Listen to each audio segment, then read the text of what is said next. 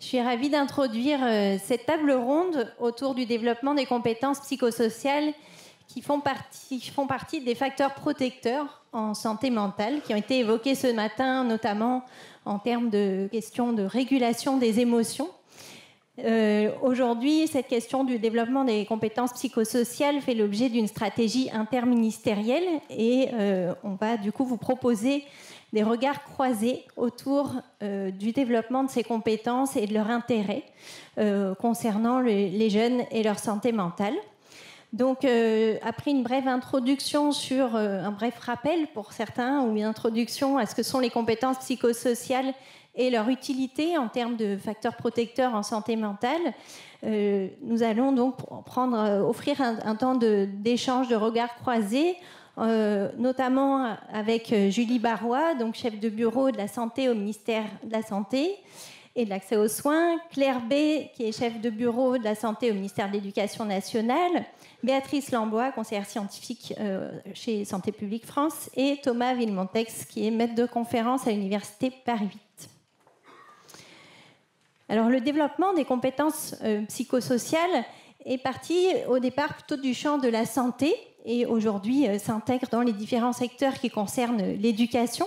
Ça a été défini au départ comme une aptitude générale qui a été définie par l'Organisation mondiale de la santé comme une capacité à pouvoir maintenir un état de bien-être, et on a eu tout à l'heure la définition du bien-être de l'OMS, qui permet aux jeunes d'adopter un comportement approprié à l'occasion d'interactions avec les autres, sa culture et son environnement. Alors au départ, c'était un peu cette définition un peu générique qui a été affinée et ensuite retravaillée également par Santé publique France, et je vous renvoie en cela à un référentiel qui a été publié, que vous trouvez sur le site de Santé publique France, qui décline finalement différentes compétences, à la fois d'ordre cognitif, comme par exemple la capacité à identifier ses compétences, ses limites, ses valeurs, la capacité à résoudre des problèmes, à prendre des décisions éclairées, des compétences d'ordre émotionnel, comme la capacité à identifier et réguler ses émotions,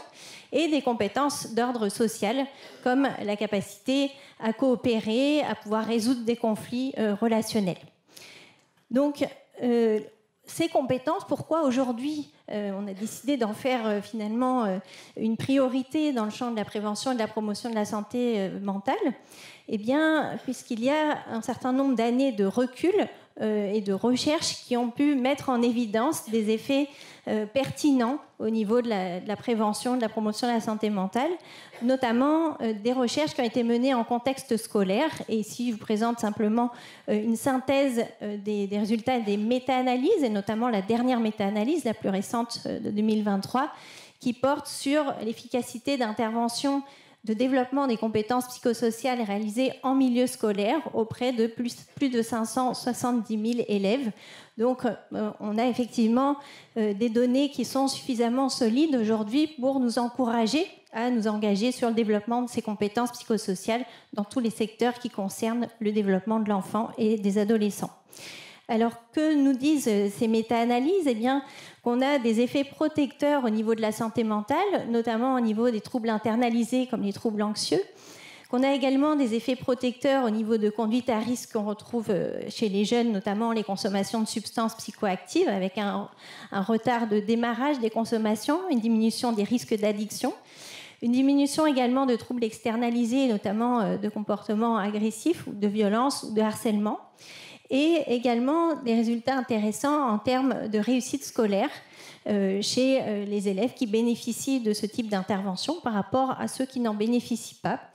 On observe également le développement de relations plus constructives, notamment entre enseignants-élèves, mais aussi entre élèves.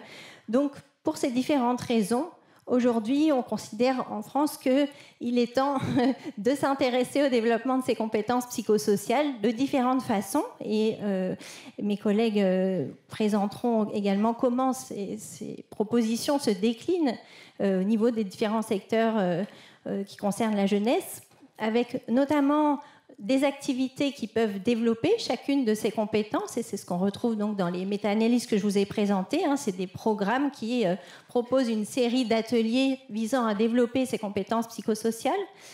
On peut aussi viser le développement de ces compétences à travers l'intégration du développement des compétences psychosociales dans le quotidien des élèves, des jeunes d'une manière générale, donc que ce soit dans la gestion de classe, dans des séquences pédagogiques spécifiques. Et on peut également développer ces compétences à travers des modalités pédagogiques comme le travail collaboratif, et je vous renvoie notamment aux travaux de Céline Bux à ce sujet. On a également une note du CESEN, du groupe de travail sur le bien-être à l'école, qui est en cours de finalisation autour de la question des compétences psychosociales et de leur développement dans le champ de l'éducation, donc qui sera probablement disponible rapidement, on l'espère. Donc j'en profite pour vous présenter donc Julie Barrois, qui va pouvoir vous présenter la manière dont la Direction générale de la santé décline finalement cette stratégie interministérielle qui a engagé un certain nombre de ministères dans le développement de ces compétences psychosociales sur plusieurs années. Donc bien sûr, ici, ce sera les premières bases de ce déploiement. Julie, est-ce que vous voulez bien nous dire comment ça se décline au niveau de la Direction générale de la santé ? Merci beaucoup. Alors, en fait, plus que la Direction générale de la santé, je vais parler au nom du comité de pilotage qui met en œuvre la stratégie intersectorielle sur les compétences psychosociales. En fait, les compétences psychosociales, c'est pas un sujet complètement nouveau. Il est repéré depuis un certain nombre d'années. J'aime bien rappeler que dans le plan national d'action contre le suicide, il y avait déjà en 2011 mention des CPS. Ça prouve qu'on peut avoir une prévention très très en amont. Les CPS se retrouvent aussi dans d'autres plans, au ministère de la Santé, plan de lutte contre les addictions, mais aussi au ministère de l'Agriculture. Et en fait, la nouveauté aujourd'hui, c'est la grande mobilisation et le consensus autour des compétences psychosociales, puisqu'effectivement, ce sont des compétences qui sont utiles à beaucoup de choses. Et maintenant, on a les preuves scientifiques aussi qui nous confortent sur le fait d'aller dans cette voie-là. Donc même si tous les programmes n'ont pas une évaluation complète avec comparaison entre un groupe exposé et un groupe qui n'est pas exposé, on a des données, notamment grâce à la synthèse de Santé publique France, qui nous pousse à développer les compétences psychosociales. Et donc en 2022, nous étions 9 départements ministériels autour de la table pour écrire cette stratégie interministérielle. Vous les avez à l'écran parce que c'est un petit peu fastidieux. Donc il y a l'éducation nationale et le ministère de la Santé qui sont copilotes de cette stratégie, mais aussi l'enseignement agricole, mais aussi l'enseignement supérieur, la protection judiciaire de la jeunesse et aussi la partie aide sociale à l'enfance, l'insertion, la formation et l'accompagnement professionnel. Il faut que je regarde un peu mes notes et effectivement il y a aussi le secteur de la vie associative et la direction des sports donc nous avons eu aussi l'arrivée du ministère de la Culture sur le sujet. Donc un grand intérêt partagé pour les compétences psychosociales. Et donc, il a été décidé de changer de braquet d'une certaine façon en passant du déploiement de programmes un petit peu au coup par coup et donc du coup avec un défaut de stratégie globale on va former les professionnels qui sont au contact des enfants pour pouvoir créer un environnement favorable aux compétences psychosociales, puisqu'on sait qu'une action coordonnée, cohérente autour des enfants, c'est ça qui va permettre de leur faire développer de façon harmonieuse leurs compétences psychosociales. Et donc ce cadre interministériel,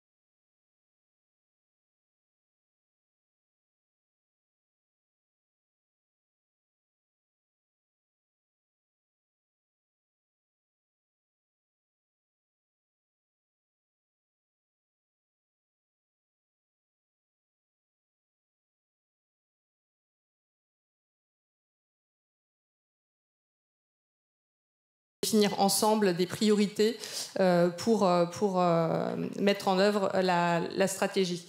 Donc c'est un très grand chantier. On a un objectif générationnel que tous les enfants en 2037 puissent bénéficier d'un accompagnement du développement de leurs compétences psychosociales. Donc on se donne du temps, mais ce temps est nécessaire parce que c'est un grand travail de sensibilisation, d'acculturation avec ces concepts de compétences psychosociales qui, pour l'instant, ne sont pas encore complètement partagés. Il faudra les partager aussi avec les parents d'élèves. Donc, l'idée, c'est que les enfants puissent grandir dans cet environnement favorable à leurs compétences psychosociales et que ça les accompagne tout au long de leur croissance et dans tous les milieux. Et donc, du coup, c'est sur cela que je voulais mettre l'accent aujourd'hui. C'est le fait que cette mobilisation, elle est générale et que par-delà, effectivement, les actions qui sont mises dans le cadre de l'éducation nationale, il y a un cadre plus général avec cette stratégie interministérielle et que du coup, vous serez amenés à travailler aussi avec d'autres acteurs, notamment les acteurs de la promotion de la santé dans les territoires pour travailler cette question sur laquelle on mise beaucoup pour donc trouver des clés pour améliorer le bien-être des enfants, les élèves bien sûr, les enfants de façon plus générale. Merci. Merci beaucoup pour la présentation de cette stratégie interministérielle. Je me tourne vers Santé publique France. Comment vous soutenez finalement cette stratégie interministérielle en termes de développement des compétences psychosociales et de formation des professionnels ou des adultes en position d'éducation autour de ça? Oui, merci. Bonjour à toutes, bonjour à tous. Ça fait toujours plaisir de parler de cette stratégie qui est vraiment assez exceptionnelle, qui est une première dans le champ de la prévention et de la promotion de la santé. J'aime à le rappeler et je dirais on avance ensemble avec des objectifs particulièrement ambitieux.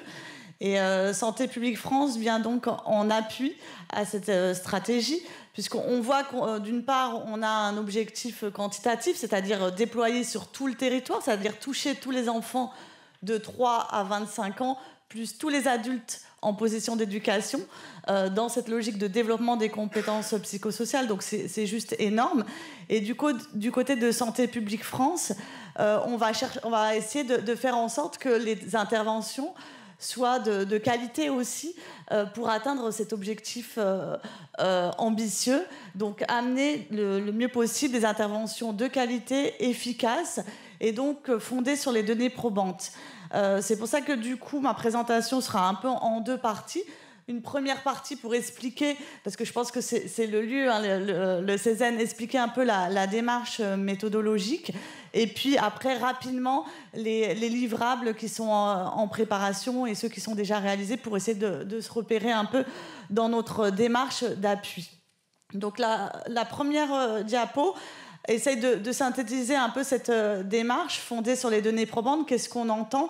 Souvent, on a une lecture assez réductrice, puisque quand on parle d'evidence-based medicine ou d'evidence-based éducation ou evidence-based psychology, on a tendance à réduire ce paradigme à uniquement l'utilisation de données scientifiques. C'est une vision assez réductrice et en fait c'est intéressant de revenir à ce paradigme qui date des années 90 et qui in fine portait sur l'amélioration des pratiques. Donc en fait l'idée c'était de partir des pratiques des professionnels et d'amener les meilleures connaissances scientifiques pour produire les meilleures interventions possibles. Et je dirais à Santé publique France, on se situe, et notamment dans le cadre de cette stratégie, dans le cadre de ce paradigme-là, où d'une part, on va s'appuyer sur les meilleures connaissances scientifiques disponibles à l'heure actuelle, mais aussi les savoirs expérientiels, du coup, qui sont forcément contextuels. Et donc, on va parler d'expertise de terrain, et aussi, sans oublier, bien sûr, la mobilisation du vécu et de l'expérience des populations et des publics concernés. Donc c'est pour ça qu'on aime bien rappeler ces 3 cercles et l'enjeu de se positionner au centre. Et du coup, on voit toute la complexité, parce que se positionner au centre, c'est pas juste l'accumulation de ces 3 cercles. C'est trouver une stratégie qui soit intégrative et qui puisse mobiliser ces 3 savoirs. Donc voilà, on sait toute la complexité. Je me tourne vers les membres aussi de notre comité d'appui. On a des tensions, puisqu'on a des professionnels qui viennent du terrain, on a des chercheurs de la recherche fondamentale, on a des chercheurs qui amènent leur point de vue d'épidémiaux, de psychologues, de sciences de l'éducation. Et je dirais l'enjeu de nos travaux et de cette démarche qui est particulièrement prometteuse, c'est d'intégrer ces différents savoirs pour proposer la meilleure stratégie qui soit à la fois scientifiquement fondée et faisable et adaptée à notre contexte français. Donc rapidement, là je vous ai mis de façon très opérationnelle et aussi pour faire le lien avec la thématique d'aujourd'hui sur la santé mentale. Je suis encore sur alors je pourrais parler longtemps, je vais essayer de faire attention, mais sur la première diapo, en fait, ça m'a permis aussi de rembobiner tous nos travaux, puisque du coup, ce travail qui émerge aujourd'hui, en fait, est le fruit de plus de 20 ans de travail à l'INPES et Santé publique France dans le champ de la promotion de la santé mentale. Et je dirais, le point de départ, c'était de travailler la santé mentale, ses déterminants et les interventions efficaces. Donc je vous renvoie déjà à tous les travaux qu'on a faits sur quelles sont les interventions efficaces pour prévenir les problèmes de santé mentale, donc notre synthèse de 2011, pour prévenir les troubles des conduites. On y était déjà en 2005, et puis il y a eu d'autres synthèses sur les interventions CPS. Comment elles fonctionnent, quels sont les effets, quelles sont l'efficacité, comment on les implante. Et aujourd'hui, on en est maintenant sur les contenus. Concrètement, on parle de quoi quand on parle des compétences psychosociales? On a vraiment besoin de construire cette culture commune, puisque chacun rentre avec un certain prisme. Et l'enjeu est de mettre tout ça en synergie. Donc, on mobilise ces études interventionnelles, on les produit aussi. On s'appuie sur les guides existants, on les produit. On s'appuie sur des registres d'intervention probante et on a aussi celui de Santé publique France. Et on s'appuie sur tout l'apport de notre comité d'appui thématique, donc notre comité d'experts. Mais je dirais que ce n'est pas suffisant, cette connaissance scientifique. Il faut l'intégrer avec les savoirs et les pratiques françaises. Donc, toutes les politiques publiques qui datent pas d'aujourd'hui, donc qui ont une historicité, et on va s'appuyer dedans et on va voir comment s'appuyer au mieux pour les mettre en œuvre. On va s'appuyer sur les savoirs. Il ne faut pas oublier les savoirs expérientiels. On a plus de 30-40 ans de pratique dans le champ des compétences psychosociales. Donc nos praticiens de terrain vont amener ces connaissances-là. On a beaucoup de savoir-faire en termes de pédagogie et de gestion de projet, et tout ça doit se matcher, sans oublier bien sûr le vécu. Alors le vécu du public, des différents publics. De notre façon de travailler en général, c'est qu'on a tendance à prétester, donc à demander le point de vue de tous les publics quand on produit un livrable, ce qui nous permet d'ajuster au maximum nos productions. Et j'aime bien aussi rappeler que, je dirais, c'est des productions, que ce soit scientifiques au niveau des livrables, qui évoluent en fonction des besoins, en fonction des attentes, en fonction des retours. Alors, je sais que ça déstabilise, parce que même les classifications peuvent avoir tendance un peu à bouger. Donc, on essaye de s'adapter tout en créant une culture commune. Donc, voilà, c'est tout cet enjeu-là. Voilà pour la démarche. Après, peut-être rapidement sur les livrables, pour essayer de se repérer. Donc, Santé publique France vient en appui à la stratégie interministérielle qui est organisée en 5 axes. Donc les livrables de Santé publique France viennent en appui à ces différents axes. Je commence par l'axe 2, parce que c'est l'axe sur lequel on a commencé à faire je dirais le socle de connaissances de base. Ça a été évoqué. Dès 2021, on a lancé ce travail de synthèse de littérature pour avoir cette culture commune, cette classification commune, mieux connaître les effets des CPS, des interventions CPS, mieux connaître les facteurs associés aux interventions CPS. Ça a donné lieu donc en 2022 à 2 productions, donc un référentiel long et une synthèse courte. Donc je vous invite à aller les voir sur le site de Santé publique France. Cette année, on a travaillé donc avec la DGESCO à opérationnaliser les éléments qu'il y avait déjà dans ce référentiel et dans celui sur lequel on travaille actuellement, qui est le référentiel opérationnel. Et donc, on a coproduit assez rapidement, du coup, ce support d'intervention. Avec la DGESCO, on l'a déjà évoqué, donc le kit empathie en 3 volumes. Actuellement, on est sur notre livrable opérationnel. On va aller de plus en plus vers l'opérationnalisation de nos livrables. Donc, on est parti de quelque chose d'assez théorique. Et maintenant, on va proposer un référentiel opérationnel où on va essayer d'expliciter chacune des compétences psychosociales qu'on ne va pas essayer. On le fait puisque les livrables sont sur le point d'être édités. Donc, on aura une première publication à la fin de l'année, une deuxième publication début 2025. Et l'enjeu, la question qui nous était posée, c'est souvent dans le cadre des interventions CPS, on part d'activités. Mais du côté des intervenants, il y avait vraiment ce besoin de comprendre ce qu'on fait. Qu'est-ce que les émotions? Qu'est-ce que la gestion du stress? Qu'est-ce que la régulation? Et donc, ce référentiel opérationnel vient déplier et essayer de trouver un consensus, ce qui n'était pas simple, au regard des différentes approches qui existent dans le champ de la psychologie, pour essayer de décrire concrètement comment fonctionne chacune des CPS, et puis de les illustrer. Donc, ce n'est pas un guide d'intervention, hein, c'est une illustration avec des activités exemplaires pour chacune des CPS. Ce document socle va servir de base après aux différents livrables qui vont être produits à Santé publique France et dans les autres secteurs. C'est un gros ouvrage hein, en l'état, puisqu'on est sur plus de 300 pages en 2 tomes. Il est destiné en premier aux formateurs, aux experts qui sont déjà dans le champ des CPS. Et on est en train de travailler sur des formats plus vulgarisés, donc des fiches, à la fois des fiches plus longues et des fiches très courtes. Donc là, on passe à l'axe suivant, où on est sur une stratégie aussi de communication, puisqu'on est en population générale. Donc, ce document socle a donné lieu déjà à une brochure de 8 pages en 2023.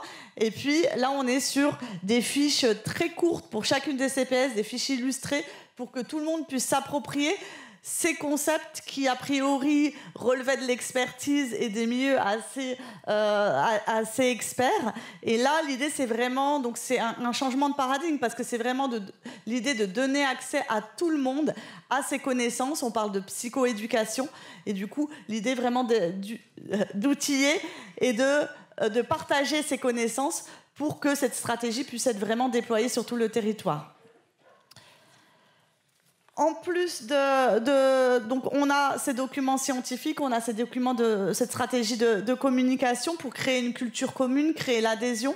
Et puis on a l'axe 3, avec l'idée de continuer à produire des interventions validées, donc des interventions probantes. Et on est sur un support dans le cadre d'une recherche et développement. Avec l'idée, on a identifié comme besoin par rapport à ce qui n'existait pas et les besoins qui remontaient, et c'est apparu tout à l'heure dans le cadre des échanges, ce besoin de développer et d'outiller et d'accompagner au mieux aussi les compétences psychosociales des adultes en position d'éducation, puisqu'en général, on se focalise sur les enfants, mais très vite, dans la littérature et en termes de retour de terrain, on a vu que les adultes eux-mêmes ne connaissaient pas et étaient en difficulté par rapport à leur propre CPS. Donc du coup, on a lancé un projet de recherche et développement avec l'Université de Lyon. Rebecca Shankland pilote ce projet-là, de Reims et l'Institut Jean Bergeret. Donc ça va être un programme en ligne dont la première version devrait être disponible en 2025. On est sur des temps assez courts. Et l'idée, c'est de pouvoir développer et d'expérimenter le développement de ses propres CPS grâce à un programme en ligne pour les adultes grand public et pour les jeunes de 16 à 25 ans. Et l'idée de diversifier les modalités d'intervention et donner accès au plus grand nombre. Je termine avec l'axe 4, du coup, où on est, bien sûr, on accompagne la stratégie d'évaluation dans le cadre de la stratégie intersectorielle CPS. Dans le cadre d'un GT évaluation, on est en train de concevoir une stratégie d'évaluation.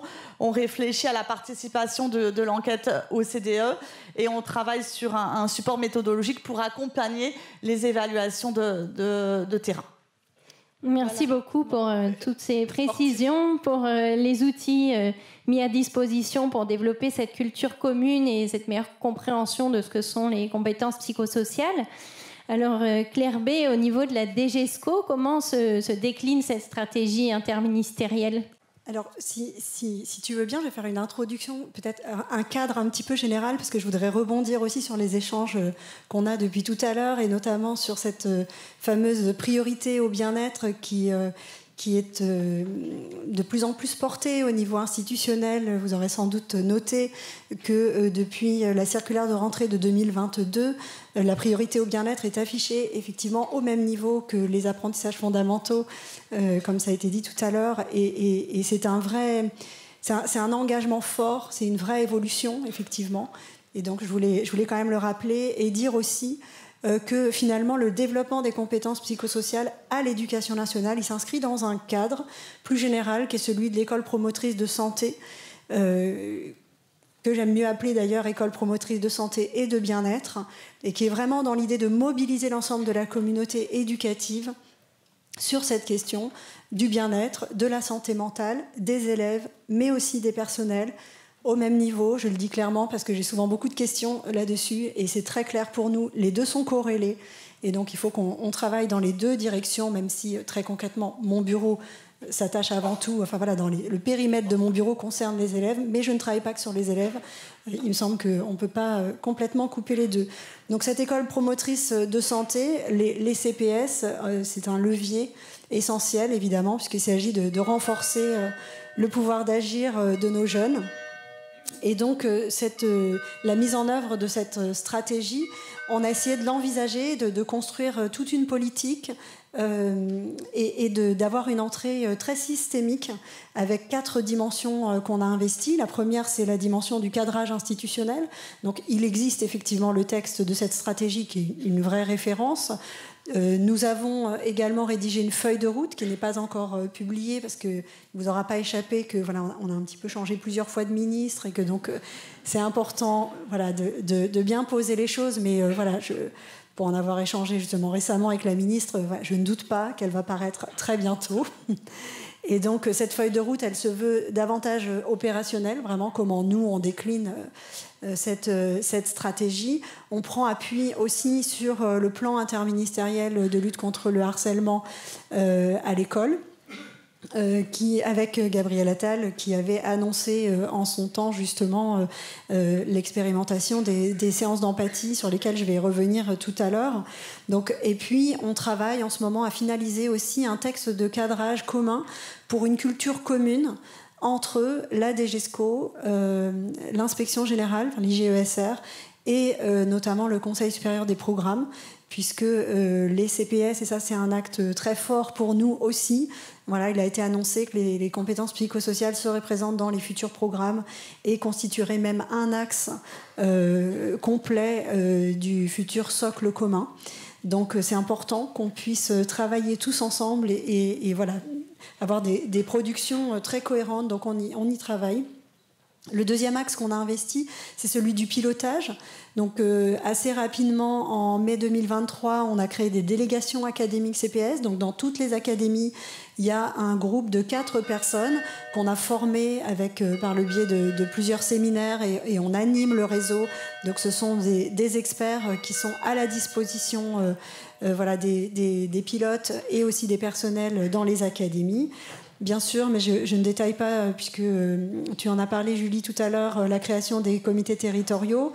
Et le point sur lequel moi je souhaitais insister, c'est le fait qu'ils sont pilotés par les DAZEN. Nous, on souhaite vraiment, et on les a mobilisés, et on a fait un temps de formation pour eux le 6 juin dernier.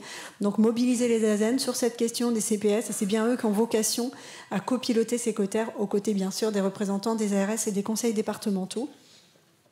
La troisième dimension qu'on a investie, c'est celle de la création de ressources. Donc le kit empathie a été cité tout à l'heure et on a des retours qui sont positifs sur cette ressource via les évaluations qu'on a menées, une qui a été menée par Santé publique France, une que nous avons menée nous avec un taux d'adhésion important. Et moi, la phrase que j'ai retenue, parce que elle m'a un petit peu confortée dans l'objectif qu'on avait, c'est qu'on nous a dit que ce kit, c'était un accompagnement assez inédit, qui était à la fois clé en main et à la fois qui laissait la place pour la liberté pédagogique. Et en tout cas, moi, c'était le plus beau compliment qu'on puisse nous faire. Il n'est certainement pas parfait, j'en suis la première convaincue, mais en tout cas, il était là pour accompagner les équipes et on en est vraiment très heureux.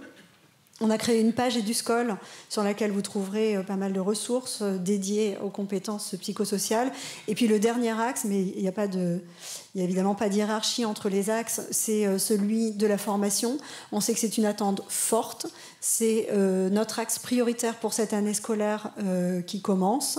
Donc on a formé dans notre schéma un peu traditionnel, habituel, on a commencé par former nos délégations académiques avec plusieurs séminaires, et qui eux-mêmes pouvaient proposer des formations. Là, on propose cette année un lab formatif qui va permettre de former très rapidement, on espère, une vingtaine de formateurs académiques pour pouvoir intégrer la dimension des CPS dans leur formation habituelle. C'est-à-dire que ce sont des gens qui sont déjà des formateurs, soit des conseillers pédagogiques, des professeurs des écoles, maîtres formateurs, ou des formateurs académiques disciplinaires, en leur disant, voilà, comment vous allez intégrer cette question des CPS dans vos formations habituelles. Donc on va travailler avec eux sur cette question. Donc nous avons établi un certain nombre également de principes sur la manière dont on voulait développer les compétences psychosociales à l'école.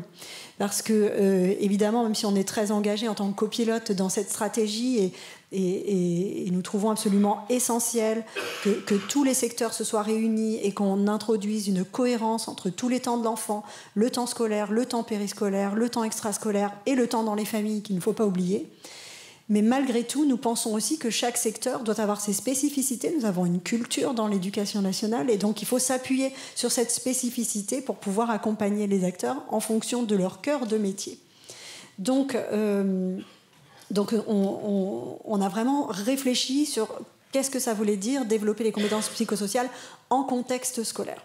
Et ça, ça nous a amené, en tout cas c'est comme ça qu'on l'a identifié, je vous le partage, ça nous a amené à nous dire qu'il y avait un peu deux entrées complémentaires et qu'on souhaite garder. Puisque historiquement, je le dis de manière très humble, on a un petit peu de retard, parce que historiquement, les CPS étaient quand même très portés plutôt par le secteur de la santé. Et c'est donc un acte fort qu'on soit copilote de cette stratégie. Et donc, il était très porté, notamment en notre sein, par nos professionnels de santé, donc, que je cite, nos médecins, nos infirmiers, nos psychologues, nos assistants de service social de l'éducation nationale. Je pense que vous êtes nombreux dans la salle. Je vous salue. Merci pour le travail. Et je sais que vous êtes des experts de cette thématique, en lien avec des interventions par des programmes probants, via les ARS, via les IREPS, etc. Donc ça, c'était, on va dire, toute la dimension peut-être un petit peu psy, j'ai envie de dire, du développement des compétences psychosociales, qui est déjà présente, mais qui est ponctuelle et qui ne peut pas qui à mon sens n'est pas suffisante. Et donc la deuxième entrée complémentaire qu'on développe et sur laquelle là on place notre énergie, c'est la place des CPS dans la classe. C'est l'entrée que j'appelle pédagogique. C'est-à-dire comment faire en sorte que les CPS deviennent un objet d'apprentissage explicite, conscientisé, en classe, en lien avec les disciplines, porté par les professeurs. Donc là, on mobilise une partie de la communauté éducative qui jusqu'ici n'avait pas été mobilisée parce que nous ne l'avons pas portée, même si je sais que ça et là, il y avait évidemment des initiatives et des personnes qui innovaient et qui faisaient déjà des choses. Mais en tout cas, institutionnellement, ce n'était pas porté, ce n'était pas accompagné. Donc ça, c'est la vraie nouveauté sur cette partie-là. Et bien sûr, en prenant appui, et c'est pour ça que je suis ravie d'être ici aujourd'hui, pour nous, vraiment, de prendre appui sur des vraies bases scientifiques. quand on développe ce sujet-là. C'est essentiel. On sait que tout ce qui tourne autour du bien-être, puisque mon bureau porte aussi la question de la prévention des dérives sectaires, et donc c'est la première thématique de remontée à la Miviludes, c'est toutes les interventions en lien avec le bien-être. Donc nous, on veut être absolument très clair dans le cadre qu'on porte et qui s'inscrivent dans les valeurs et principes qui sont celles de l'école. Donc l'appui sur le scientifique, et on travaille donc vraiment de manière très rapprochée avec nos collègues de la DGS et avec Santé publique France, dont le référentiel constitue la base de ce qu'on développe, et c'est donc la terminologie qu'on emploie et qu'on porte dans toutes nos ressources. Donc pour terminer, donc vous avez bien compris qu'on vise le développement des compétences psychosociales chez nos élèves, mais justement si on se fonde sur les critères de qualité, il faut aussi qu'on arrive à développer les compétences psychosociales de tous nos adultes en position d'éducation. Donc ça, c'est important pour nous de le porter. Et puis aussi, on vise à la fois les apprentissages formels, je le disais tout à l'heure, c'est un objectif d'apprentissage conscientisé, explicité d'une CPS lors d'une séance, mais il y a aussi toute la partie informelle, et donc on va viser le changement de posture et la transformation des gestes professionnels, en particulier des enseignants. Donc un dernier point sur cette expérimentation dite empathie et sur ces fameux cours d'empathie qui est l'expression un petit peu comme de ce dispositif. Je vous donne le titre exact et vous comprendrez après pourquoi on dit cours d'empathie. Donc c'est séance visant à développer les compétences psychosociales, en particulier l'empathie et les comportements altruistes et prosociaux. Donc on va dire cours d'empathie, même si c'est un petit peu plus compliqué que cela. Donc, premier élément, il y a eu une vraie... Enfin, on sent une vraie demande du terrain, une demande d'accompagnement, mais aussi une demande d'y aller. On souhaitait expérimenter dans 100 écoles, comme on le fait un peu traditionnellement, une école par département, on y va, on lance un appel. Souvent, on fait des rappels, on appelle quelques collègues qu'on connaît, ce serait bien qu'on ait quelques écoles en plus, etc. Et là, en quelques jours, même pas 2 semaines, on a eu 1200 écoles qui se sont positionnés, donc une vraie attente de terrain, et donc qui ont expérimenté entre janvier et juin. Et on avait mis en place plusieurs évaluations de cette expérimentation. Une évaluation des GESCO, dont je vais vous présenter quelques résultats, une deuxième avec Santé publique France, et une troisième avec le CZN, avec une échelle de mesure de l'empathie pour laquelle on n'a pas encore les résultats. Donc, en ce qui concerne celle qu'on a menée, nous, on avait une partie quantitative, avec un certain nombre d'indicateurs, puisque c'était en lien notamment avec le plan de lutte contre le harcèlement à l'école, des indicateurs qui étaient en lien avec le climat scolaire. Donc on recensait le nombre de situations de harcèlement, de violences physiques, de violences verbales et de situations de non-respect du consentement.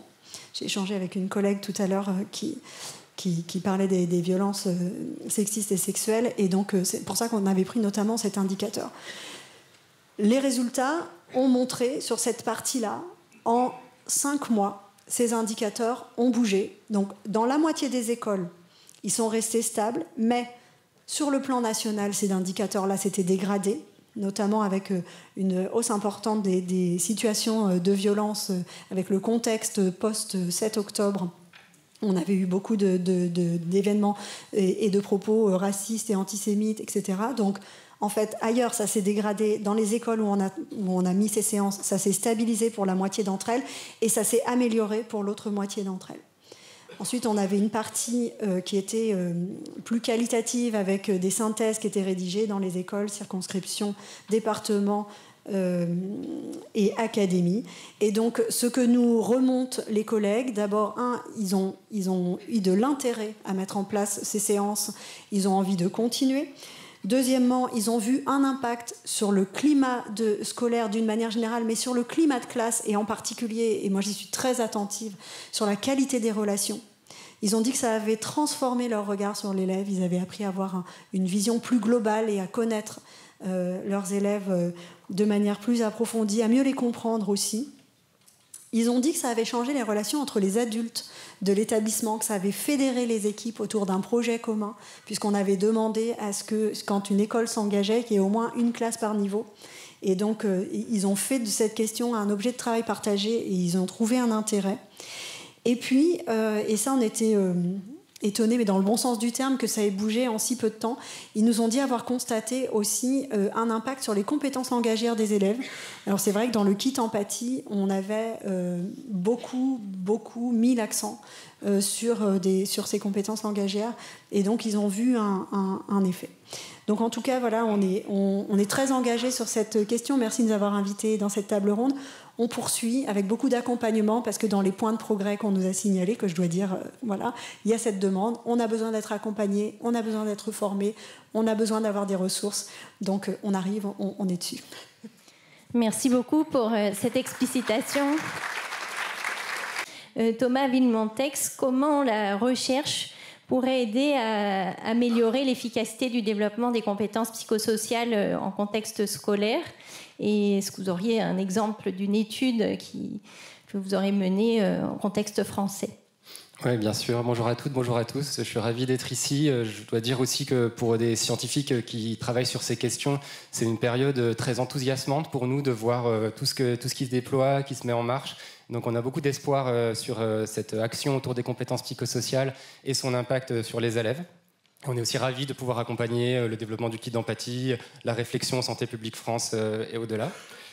Il y a différentes portes d'entrée pour porter l'apprentissage des compétences psychosociales à l'école. Il y a une porte d'entrée qui est la mise à disposition d'outils, de kits, avec une certaine liberté d'action, qui a été l'option du kit d'empathie. Moi, je suis plutôt rentré initialement, à partir de 2018, sur cette thématique, par une porte d'entrée qui est la dissémination de programmes. Donc des programmes qui sont des ensembles complets avec un parcours et des supports. Et il n'y a pas, pour moi, d'opposition franche, il n'y a pas à rejeter l'une ou l'autre des approches, elles peuvent s'influencer mutuellement. Et les deux options peuvent aussi reprendre à des besoins terrain, à des souhaits d'enseignants qui peuvent être différents. En ce qui nous concerne, on a déployé une évaluation randomisée contrôlée, donc une étude d'évaluation d'impact d'un programme d'apprentissage des compétences psychosociales à l'école maternelle, qu'on a appelé en France le programme École des émotions. Certaines des activités d'ailleurs d'École des émotions ont pu influencer, ont pu se retrouver dans le kit d'empathie par la suite. Dans la démarche qu'on a eue, et c'est important je pense, il faut comprendre qu'on ne peut pas prendre un programme, le traduire simplement et venir le plaquer en France. Ça ne fonctionnera pas. Et donc dans cette démarche en amont d'importation, parce qu'effectivement il y a une partie du programme École des émotions qui est une adaptation en France d'un programme américain qui s'appelle le Kindness Curriculum. On a eu une phase de ce qu'on appelle l'adaptation culturelle et institutionnelle. Et ça rejoint ce besoin d'allier savoir expérientiel et savoir scientifique quand on cherche à apporter des outils qui vont répondre aux besoins du terrain et qui vont véritablement impacter le devenir des élèves. Et donc, nous avons eu dans un premier temps une phase de pilotage avec des enseignants, des enseignantes à Saint-Denis, dans des écoles REP et plus, pour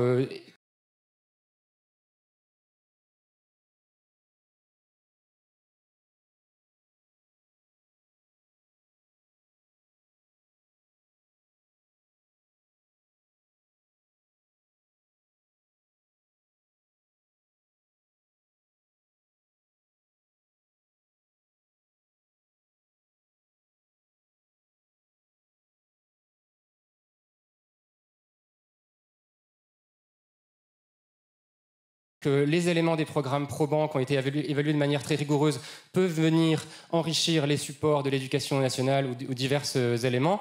Et on peut aussi, à terme, mener des évaluations scientifiques très rigoureuses sur l'approche qui est déployée pour la valider. Donc là aussi, il n'y a pas d'opposition et il y a véritablement un dialogue.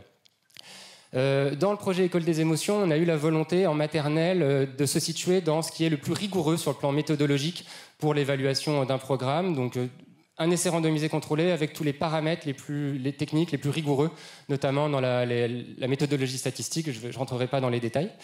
Et on a pu montrer un impact de ce programme sur les problèmes émotionnels, relationnels, comportementaux des élèves de maternelle, de moyenne section dans les écoles où il était déployé. Également avec certaines mesures avec des cotateurs masqués, c'est-à-dire des personnes qui venaient observer et coter le comportement des élèves dans la classe à l'école et qui n'avaient pas connaissance de l'objet de la recherche, et en particulier du déploiement de l'intervention. Donc ça fait de cette étude, à ma connaissance, en maternelle, l'évaluation la plus rigoureuse qu'il y ait eu d'un programme CPS. On est encore en discussion, on y est presque avec l'ADEP pour voir si cette intervention a eu un impact sur le devenir dans les apprentissages plus fondamentaux des élèves avec les évaluations en CP.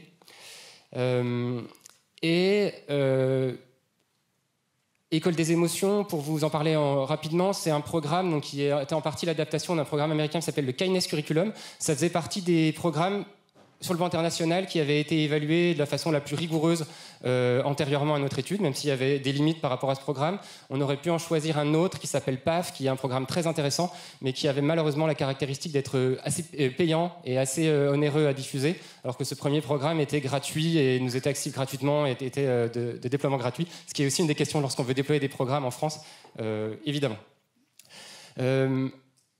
Dans cette évaluation, on a formé pendant 6 heures les enseignants à la mise en œuvre du programme et on s'est intéressé ensuite à leur mise en œuvre effective du programme, à la fois leur capacité à déployer les interventions. On a aussi enregistré avec des dictaphones les activités pour vérifier s'ils étaient en mesure de les déployer de manière fidèle. Et on a pu constater à la fois une intensité dans la mise en œuvre qui était fidèle à ce qu'on recherchait, c'est-à-dire environ en moyenne 1 heure par semaine sur l'année, et également dans la qualité de ce qui était développé, une fidélité importante à ce qu'on recherchait.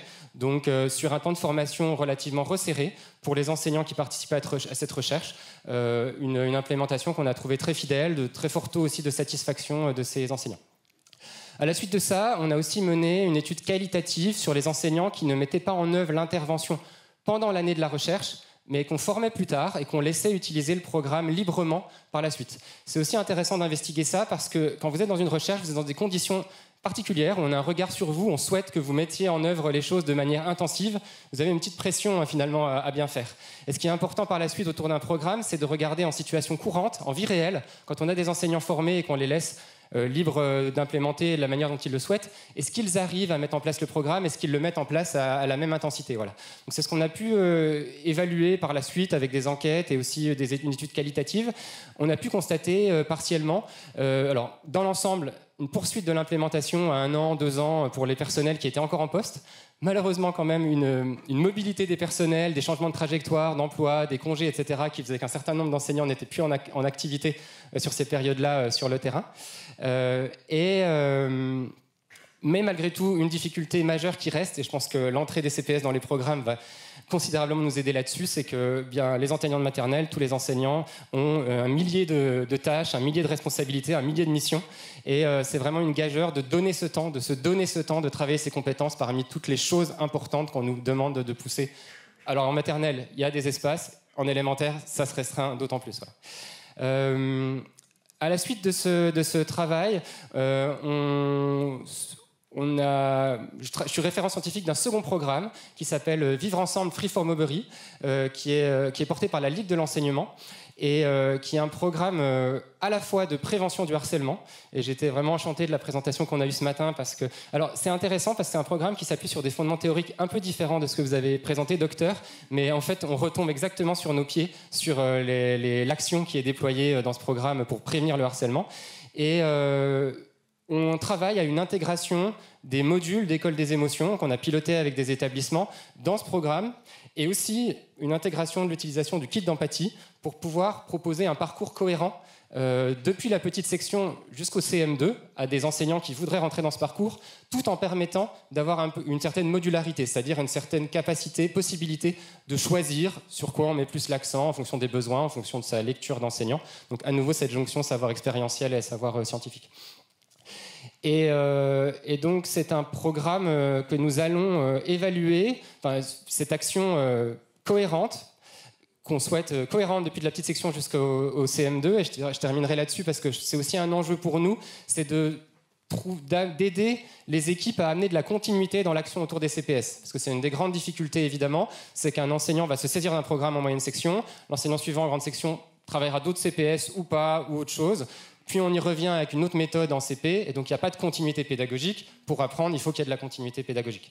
Donc ce qu'on va rechercher dans cette évaluation, c'est d'amener un travail sur la posture déjà, parce que ça fait partie de ce programme Vivre ensemble Free for Mobbery de toute l'équipe pédagogique, et proposer un parcours qui soit cohérent à la fois pour l'apprentissage des compétences psychosociales individuelles des élèves, mais aussi un travail plus global sur les relations entre les élèves et les dynamiques positives dans les communautés d'élèves. Donc c'est une étude avec un partenariat qui est en train de se mettre en place avec la DGESCO, qui mobilisera plus de 250 établissements en France sur une cohorte de à peu près 10 000 élèves et qu'on va suivre depuis la petite section jusqu'au CM2 dans un essai randomisé contrôlé pour aussi pouvoir vérifier si véritablement nos hypothèses de prévention précoce, c'est-à-dire d'action dès la maternelle sur ces questions, sont impactantes, au moins à la fin de l'école élémentaire, lorsque les faits commencent à devenir plus saillants, notamment sur le plan du harcèlement. Voilà, merci. Merci beaucoup pour ces précisions.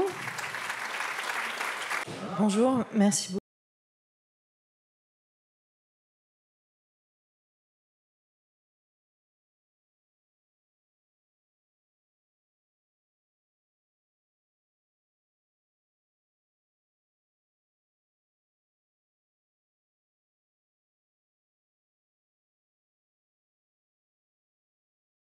Dissocier de la vie quotidienne des élèves et de finalement un peu réussir à réduire le temps que ça prend, puisque vous parliez du fait que ça prenait beaucoup de temps aussi sur l'emploi du temps.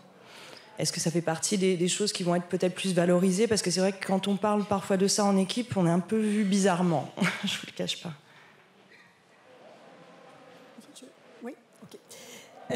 Merci de votre question, parce que je me dis peut-être que j'ai pas été totalement claire, parce que l'idée c'est justement ça, c'est-à-dire d'acculturer, si je puis dire, la question du développement des compétences psychosociales à tout ce qu'on a déjà construit, à toute notre expertise de pédagogue, et en particulier autour des pratiques collaboratives, etc. Qui, pour moi, c'est vraiment extrêmement lié.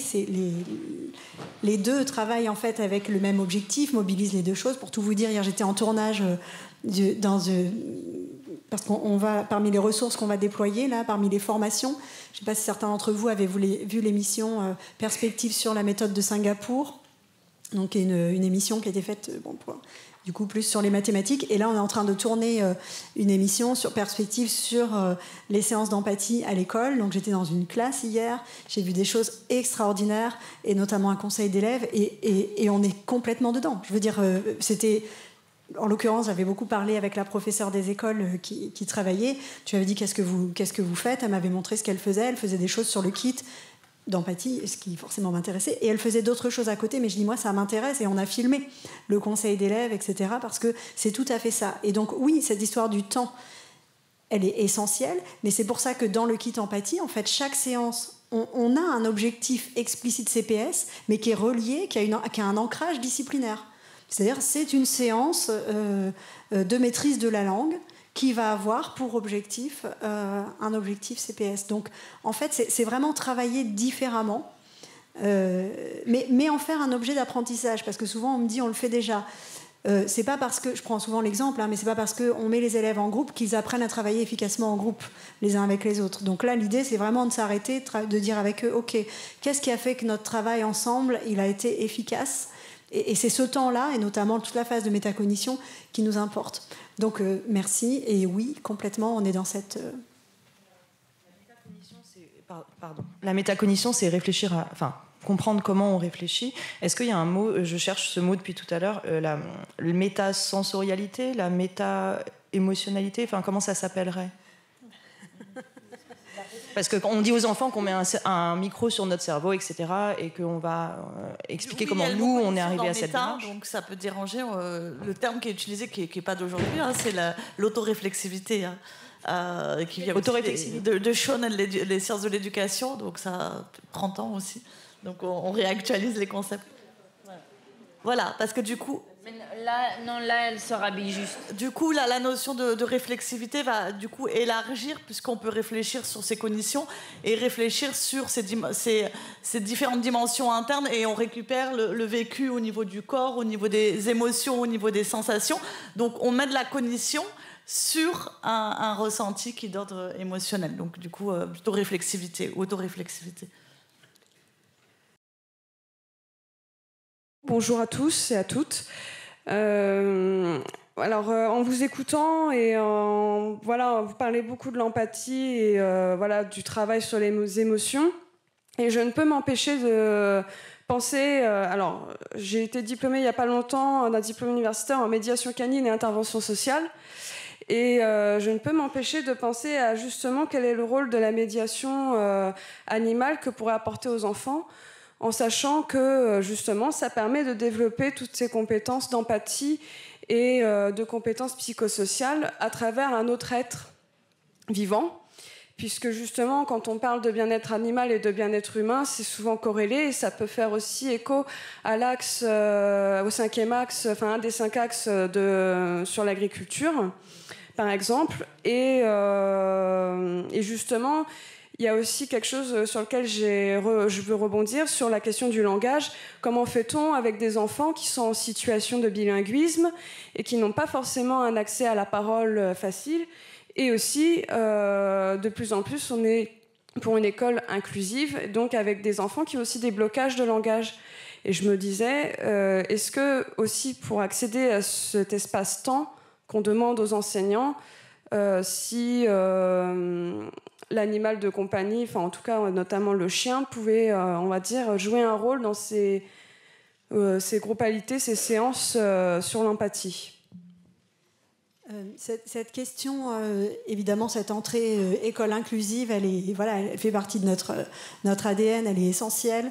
Je crois que c'est le préambule du volume 2 du kit, on a fait toute une partie là-dessus parce qu'on sait aussi qu'il y a certains élèves pour qui ça va être compliqué au niveau de la gestion de leurs émotions, et donc on a évidemment commencé à travailler avec le bureau de l'école inclusive, mais on a au moins une partie qui est consacrée dans le préambule du volume 2.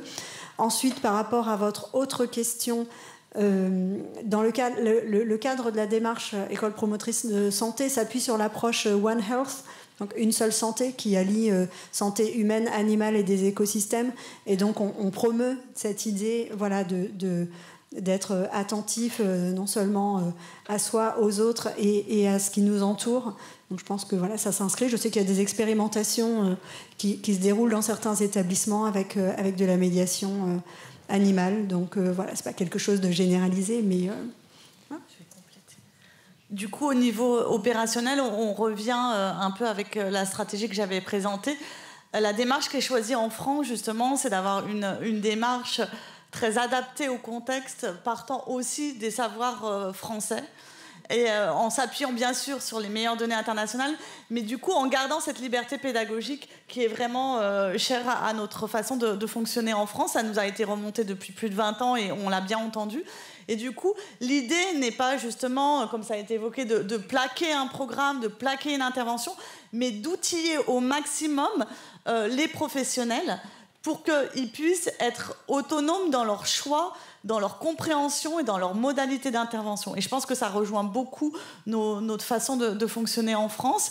Et je dirais nos supports vont dans ce sens-là. C'est-à-dire qu'à partir du moment où on comprend, je dirais, chacune des CPS, comment les CPS fonctionnent, si on connaît la diversité des supports, alors l'intervenant, au même titre que dans d'autres disciplines, va être capable de trouver les meilleures modalités au regard du contexte, du climat, de sa classe, de lui-même et des élèves qu'il a avec lui. Et l'idée, c'est vraiment de ce côté empowerment. On parle beaucoup d'empowerment de l'enfant. Donc là, l'idée, c'est d'être aussi dans l'empowerment des adultes et de l'institution et garder cette liberté, mais du coup, une liberté éclairée.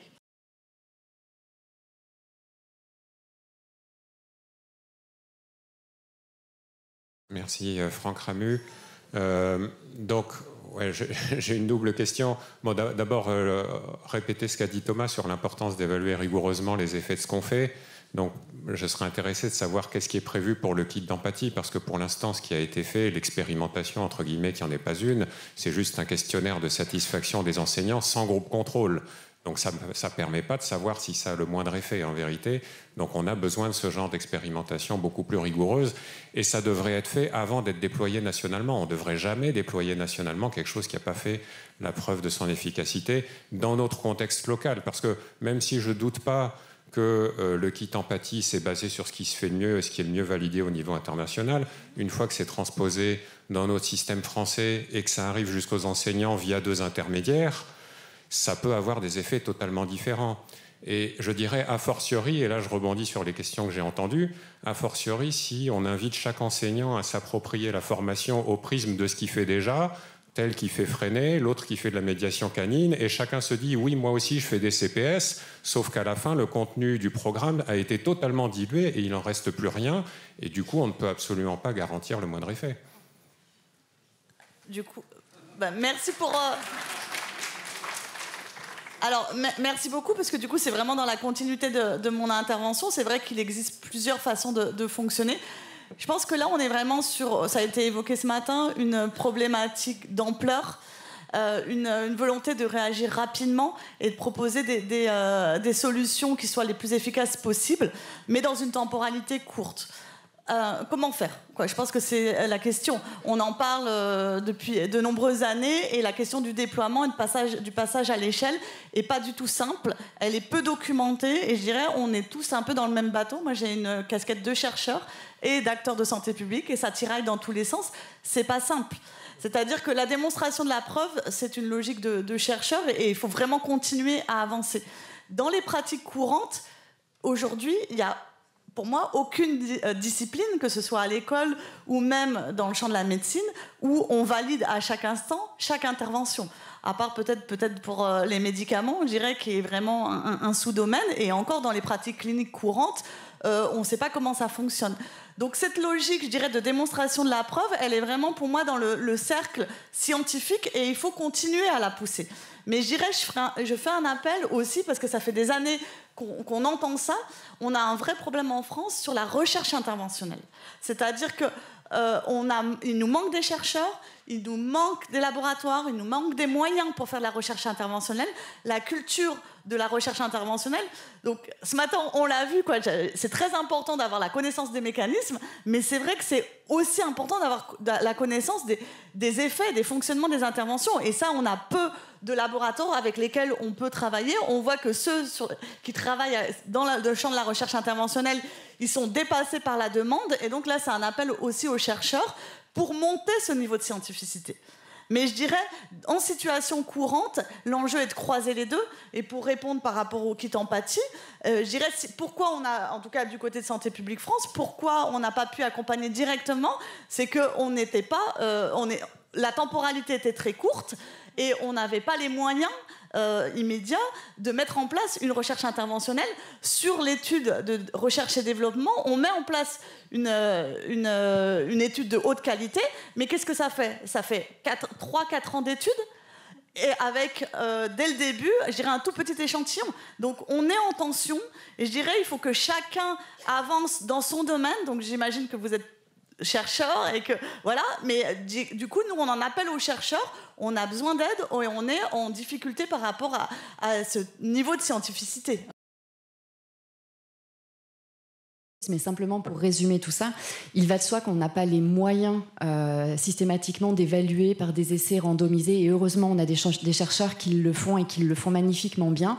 Mais je pense que ce qui est important, c'est que quand on met à disposition un matériel pour les enseignants, qu'ils sachent quel est le niveau de preuve de ce matériel. C'est-à-dire que, quelque part, à l'instar de ce qu'on peut avoir en Angleterre, qu'on puisse disposer quelque part d'une banque d'outils qui sont tous extrêmement intéressants, etc., mais que quand l'enseignant va le choisir, il le sache quelque part en connaissance de cause. Et Thomas, tu l'as dit, il y en a qui coûtent cher, il y en a qui sont gratuits, il y en a qui sont validés, il y en a qui ne le sont pas validés. Et l'idée, c'est bien ça, c'est de mettre à disposition une pleine connaissance de ce qu'on leur propose quand il s'agit d'outils. Et moi, j'aimerais qu'on le fasse même pour les formations qu'on leur propose. C'est-à-dire que quand on forme les enseignants, on devrait avoir le moyen de dire qu'on a évalué ces formations et quel est quelque part le résultat de ces formations.